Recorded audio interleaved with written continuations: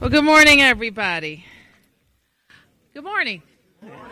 I am very happy to be here today to help kick off what we have all been waiting for and planning for a very long time, the DC Power Line Underground Project, or like we call it, DC Plug.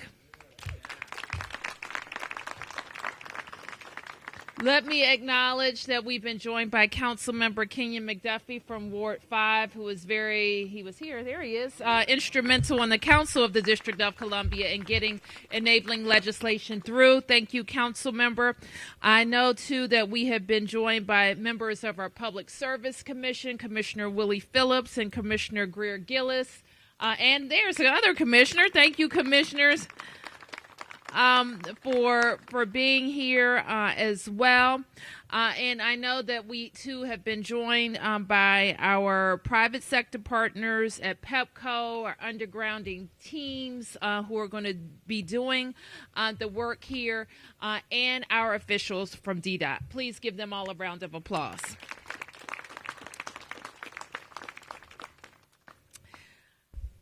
So I don't even remember when I started talking about this project, but this is one of those projects where the name of the project basically says it all. As part of our commitment to continuously improving the district's infrastructure, we're moving power lines in parts of our city underground. From trash collection to alley repairs, I take our commitment to delivering on basic city services very seriously, because we know how much of a big impact it has on the day-to-day quality of life of our residents. Our job is to make sure that DC residents can walk out their door, touch the sidewalk, the roads, see the trees in the alleys, and make sure that infrastructure works for them.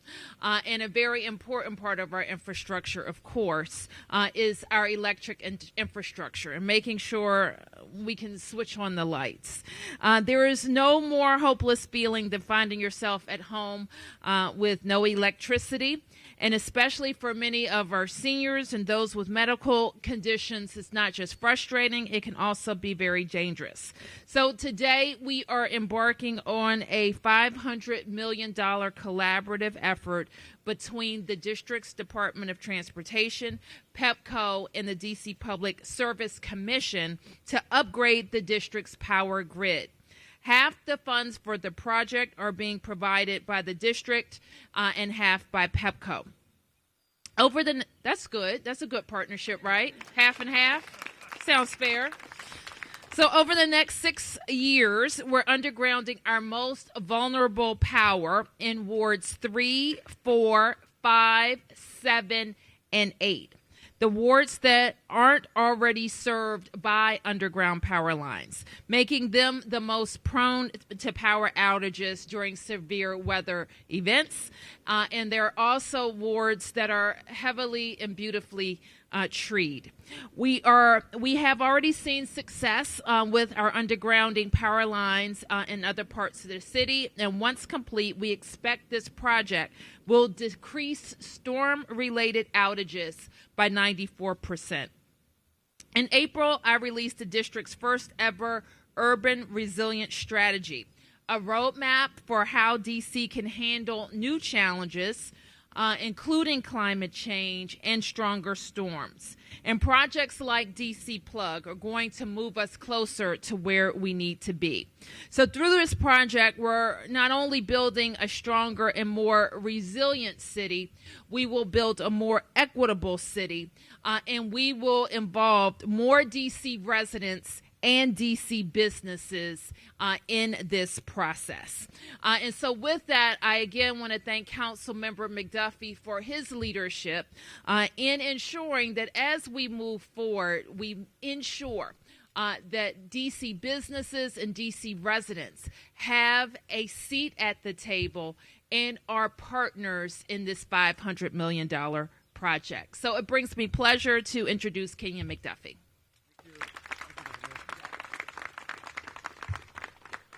Good afternoon, everyone. I am really delighted to be here on such a beautiful day to join Mayor Muriel Bowser and everybody else assembled for this very important project. It was a little more than 7 years ago that I actually started working at the council in May of 2012 and had prepared to tackle all the issues that comes along with the job. What I hadn't prepared for was the derecho that took place just a few weeks after I got sworn in. And literally so many homes impacted by the storms that took place in 2012. And to add insult to injury, merely a few weeks later, there was another storm that left homes flooded and really detrimentally impacted.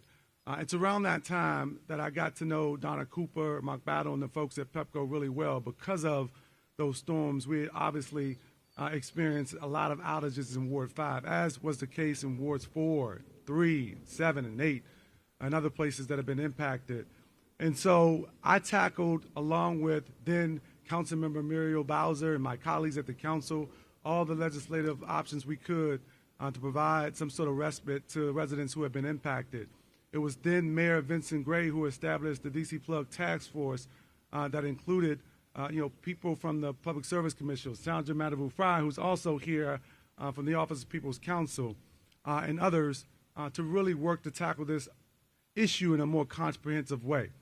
And so I was proud to be the chair of the Committee on the Government Operations to support the enabling legislation and to include in that enabling legislation a very important provision of the law that set an ambitious goal that 100% of the dollars spent on this local project go to DC-based businesses and contractors and to hire DC residents. And I'm proud that we figured out a way through this project to live our DC values, Madam Mayor, because we know how important it is to have DC businesses on these types of projects, because they're going to hire people like the ones who are behind us who live in the District of Columbia. And so, yeah, we can clap for that. So, again, I want to thank the mayor for all the work that she's done on getting us to today. Let's give her a round of applause in particular for all the work that she's done to get us here today. Obviously, David and the folks at Pepco and all the agencies that are related, I look forward to continue to work with everyone, including Chairman Phillips, Sandra Mcduffie, all the agencies like DDOT and the director, to make sure that we implement this in a way that is most efficient and considerate of the neighbors who are going to be impacted. I look forward to having a better resiliency, obviously more safety and reliability when this is all said and done. So thank you again, Madam Mayor, and thank you everyone for assembling. Thank you very much. It's always amazing how a council member is going to remember a tough storm. And we have another thing in common, Councilmember Mcduffie. When I was on the council, I also chaired the committee. It was called something else then, that oversaw the utilities. And I always thought it was some of the most interesting work that I was able to do on the council. I should also note that we were joined by Commissioner Richard Beverly. Thank you, Commissioner Beverly. And I'm always happy to see our People's Council here. Thank you, Sandra, for your attendance as well. So let me now introduce our private sector partner from Pepco, David Velazquez, who has Pepco has been with us through thick and thin, storms and bright, beautiful sun like today. And we are pleased to embark on another chapter with Pepco as we start our undergrounding project. Dave. So good afternoon to everybody. It's great to be here for this groundbreaking after so much work and so much time has gone by to get to this day. As Councilmember McDuffie said, on June 29th, 2012, I learned a new word, and that was derecho, along with a lot of folks. It was one of the most destructive and deadliest fast-moving severe thunderstorm complexes in history. It started in the Midwest. I watched it come across and hit the Mid-Atlantic area. In total, it caused 22 deaths, $2.9 billion in damages, and millions of power outages. And here at Pepco, that included almost 500,000 customers. Most of the damage here was caused by tree limbs and downed trees, poles and power lines that all ended up in a tangle down in the streets. And as been mentioned, after the storm, then District Mayor Vincent Gray launched a task force of which our chairman at the time was also a co-chair. The primary recommendation that came out of that task force was this innovative public-private partnership that we're celebrating today between both PEPCO and the district to place our most vulnerable overhead lines underground to protect them from wind and tree damage.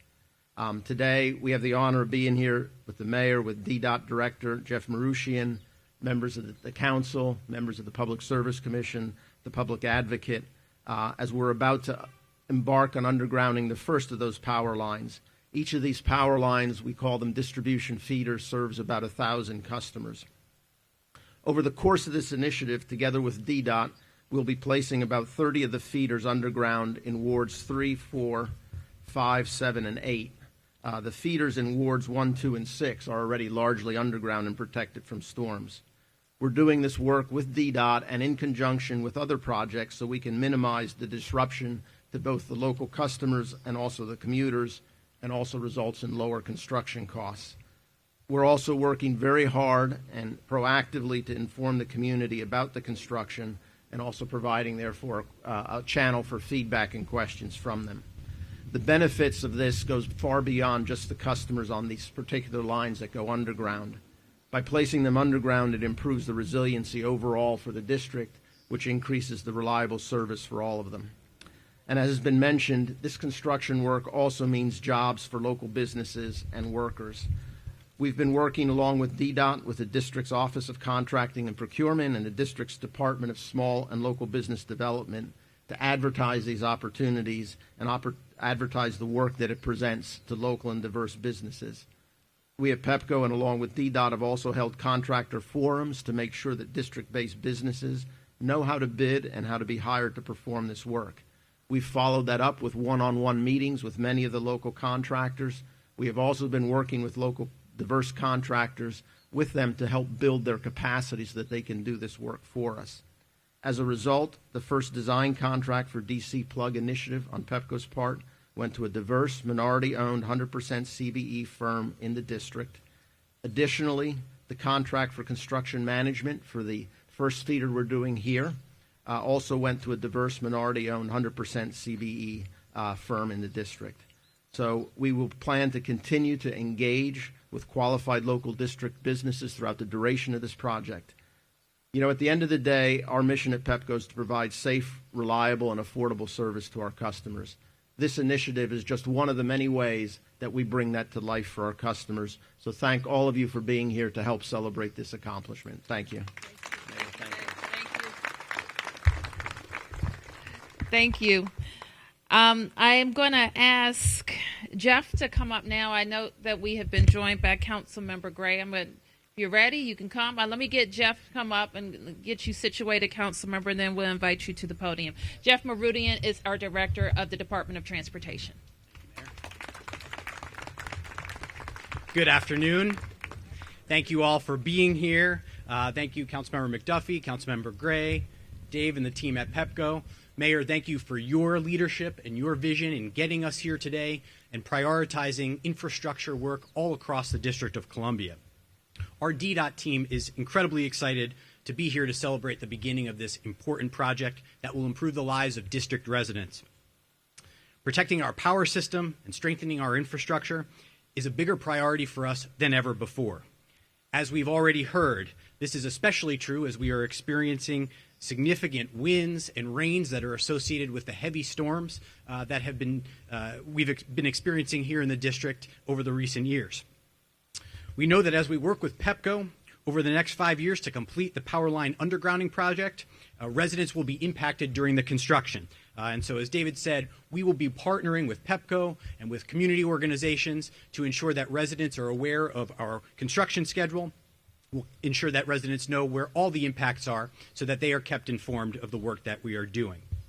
I want to also extend a special thanks, as has already been said, to our partners at PEPCO and all of the district agencies that have worked together to move this project forward. This is truly an example of a community partnership that has engaged residents as we develop the workforce and really as we ensure that this project moves forward. It couldn't be done without a true collaboration, and that's something that we should all be incredibly proud of. I want to just last and not least say that we are working very hard to ensure full transparency in all the work that we're doing. And with our team at DDOT and with PEPCO, we'll be participating in community forums, A&C meetings, civic association meetings to ensure that we are updating the community on where we are planning to work next. With that, again, want to just thank everybody and take the opportunity to turn it over to our council member, turn back over to the mayor. Thank you, Director. Thank you. And Councilmember Gray, you have been acknowledged by our previous speakers, Dave Velazquez from PEPCO, and your colleague Kenyan Mcduffie, in your work in starting the underground task force following the derecho when you were mayor of the district. And we are very pleased that you have joined us today as the project gets started. Councilmember Gray. Thank you very much, Mayor Bowles. That was pretty smooth to be able to cover that ground that you knew I probably didn't hear before. I really am delighted to be here. This has been a labor of love. I want to not only acknowledge the mayor, I want to acknowledge my colleague, Kenyan Mcduffie, who works so hard every day for the District of Columbia. It is really a delight to be here. And there's just an enormous amount of work that we've been able to do to get to this point. I well remember how we got to this point. There was a gentleman by the name of Joe Rigby, who was the CEO of PEPCO at the time. And we had yet another derecho that occurred in the city. And I literally called him up and I said, Joe, we have got to do something about these power outages. People are absolutely sick of it in the District of Columbia. And so he said, well, what do you have in mind? I said, well, I'm not the expert on this stuff. You guys are. In any event, we put together the power line undergrounding task force at that stage, which did a fantastic amount of work. The task force included the district government, of course, included PEPCO, it included the People's Council, and the Public Service Commission, which I know has worked so hard on this. And frankly, to be able to get those people together, to be able to accomplish what they did, was a monumental feat in and of itself. And then we worked on trying to figure out how would we do the financing if we, in fact, were going to really underground lines in the District of Columbia. And then, of course, as luck would have it, we ran into other obstacles along the way. There was litigation that was filed. The federal government didn't cooperate effectively with us at the time. And so we've been on this journey for a while. But nobody gave up. Nobody relinquished, what we knew was one of the most important things, and that was to be able to get to the point where we had absolutely, to the extent we could, 100% reliability for our electric service here in the District of Columbia. And so we're here today to be able to start this process with the feeders on this end. And then we're doing, I think, 4, 5, 7, and 8, 3, 4, 5, 7, and 8. And the day will come when we'll all celebrate that all the wires that all the feeders that we've been able to work on have gone underground. And won't that be a great day when we can celebrate no more trees down, no more feeders, no more wires to be able to have to pick up off the ground and reconnect. This is a great day, ladies and gentlemen, and I'm looking forward to this, of course, and looking forward as we move across the District of Columbia to be able to say that we have done something major for the infrastructure of the District of Columbia. So thank you all very much for being here, and let's all look forward to celebrating that all of our feeders will be underground in the District of Columbia. Thank you so much.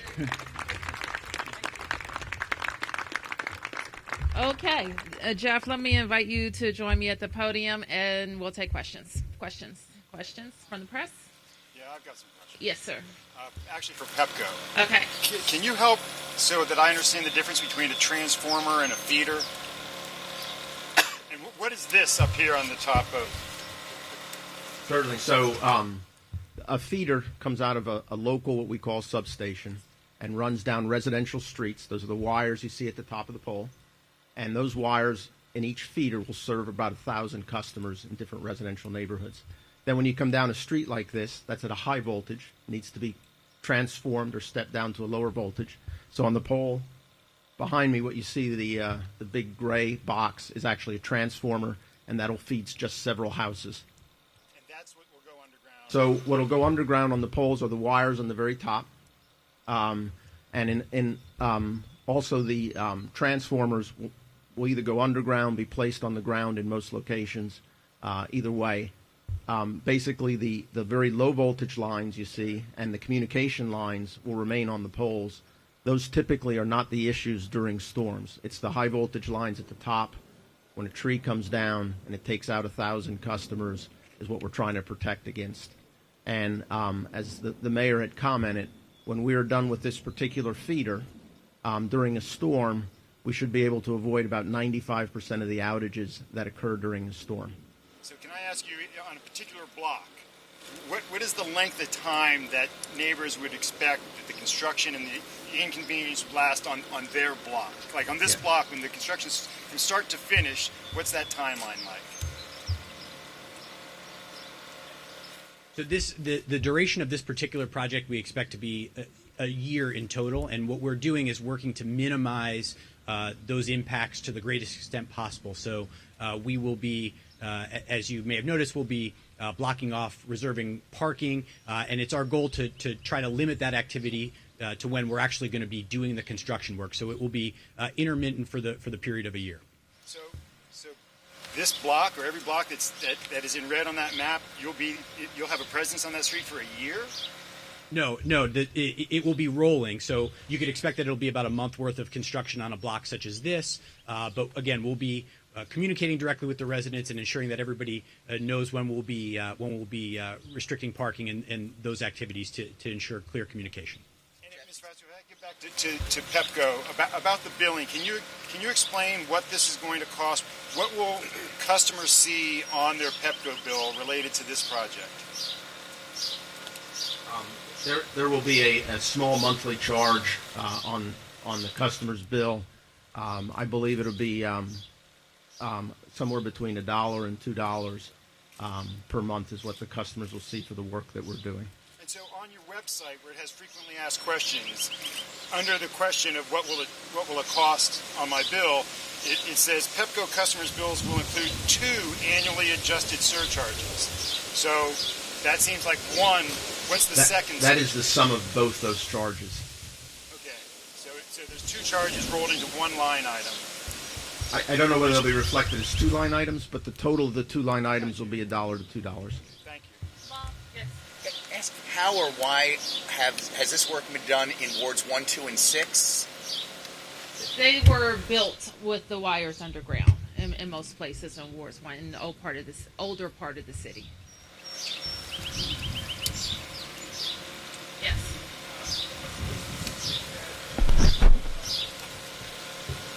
We have several funds.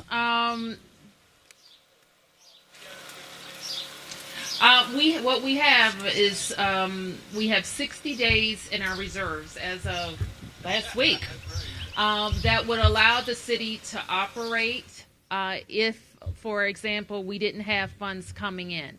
Which is a goal we set for ourselves probably more than 10 years ago to get to our rainy day fund. There's a combination of other funds, and I would have to get you the specific number. Less than $1 billion? It's about $1 billion. It's over $1 billion because our rainy days is approaching $1 billion. Last question. These two different charges that appear on our electric bill, will they go away after a year, or will they just kind of stay there? No. So maybe the commissioner can give, who has the question about how long, who has the answer to the question of how long the surcharge will last?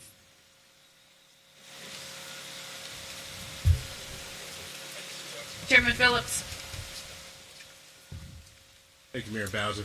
To answer the question, the charge will not go away immediately. It will continue throughout the duration of the project, which we estimate could take about 16 years or so. And to also answer the question,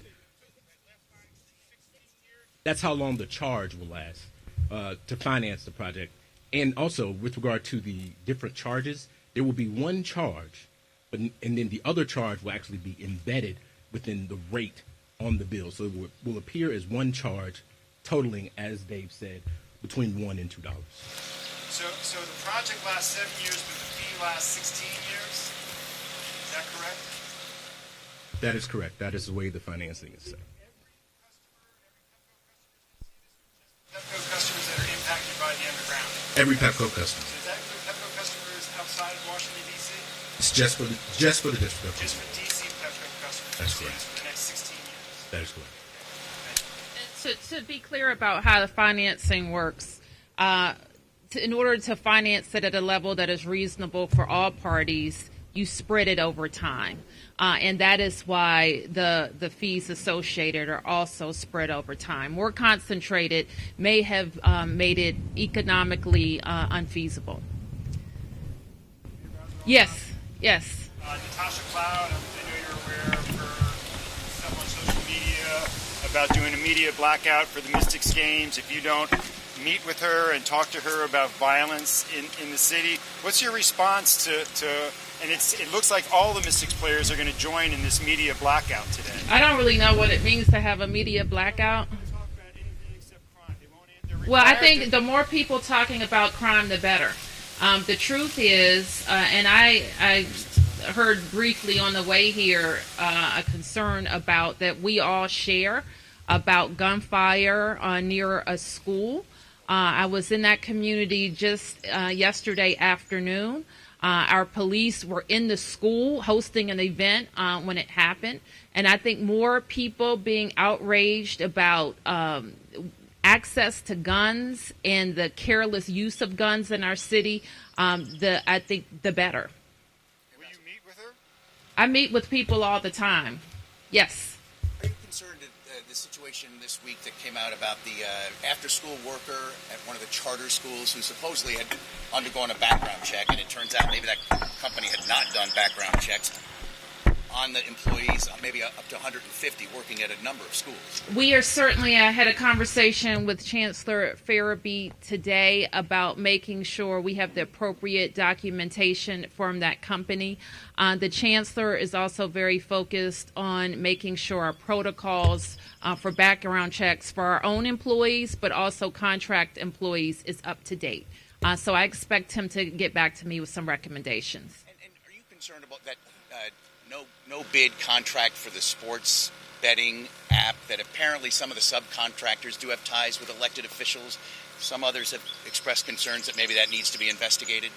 I know that the council has worked diligently through that process and are working on a recommendation that's best for the D.C. lottery, and they've already voted on that.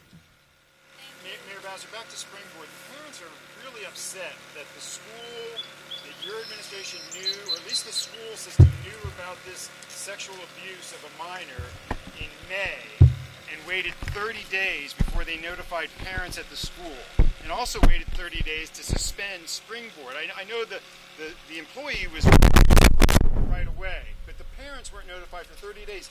Why such a long delay in notifying parents that there had been a victim in this school? Well, Mark, I certainly am going to review the timeline with the Chancellor, and I know that he's going to do the same among staff and officials at the school. And our expectation is that if we find out something bad, that we should share that information with the school community just as soon as possible, keeping in mind that there is a police investigation underway, but I think it's the typical protocol of DCPS to share that information as soon as it's possible. And are you comfortable with Chancellor Farabee? You know, this is similar to an issue that he had. Yes, I'm comfortable with Chancellor Farabee, more than comfortable. Thank you. Yes, last question. What do you think of the CFO saying he's not going to certify the budget? Should the council back down on this $47 million? The CFO has a responsibility to make sure that the budgets that we pass, both the one that I submit to the council and that the one that the council votes on, is balanced. And I expect him to do his job. What about this fact that $47 million was just sitting in events DC reserves apparently until this whole thing blew up? What's your question? Is that a problem, the fact that it was just an accounting error and that there was money left in the reserve fund? Well, I think that the CFO has determined that there was a surplus and that he has appropriately transferred that surplus to the general fund. Now, it's interesting that Councilmember Gray and Mcduffie are here because when Councilmember Gray was the mayor or the chair, I'm going to get it confused, which one of those, we passed, I was on the council then, a piece of legislation, or it could have been an amendment to a budget that said those surpluses automatically go two places: to the Housing Production Trust Fund and towards PAYGO to help us with DC infrastructure. So it's automatic. So what the CFO has done is transferred those surpluses that were found in 2 years, and they automatically went to those two funds. Now, I could say if those surpluses had been transferred in those 2 years, we would have made proposals to the council of exactly how those surpluses should have been spent. So a lot of people may be disappointed in the fact that those surpluses are coming now and not 2 years ago. But the fact is, our law contemplated how we want surpluses used. And for PAYGO, infrastructure like we're talking about today, and for housing. And Mayor, your reaction. Apparently a 7-year veteran officer has been arrested for a sexual offense against a woman who came to him kind of like in a side business for a therapeutic session. Your reaction to his arrest? I'm not going to get ahead of an investigation, but I want everybody to be clear that we take seriously high integrity of every police officer. So every or any allegation of misconduct will be investigated, and that officer will have due process, but will have to answer to the allegations. Thank you, guys. Thank you.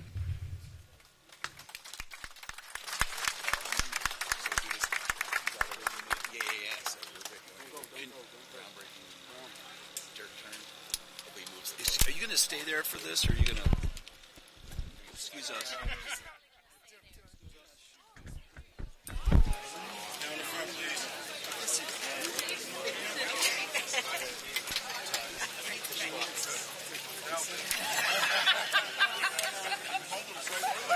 Good, Sean. Miss. Oh, sorry.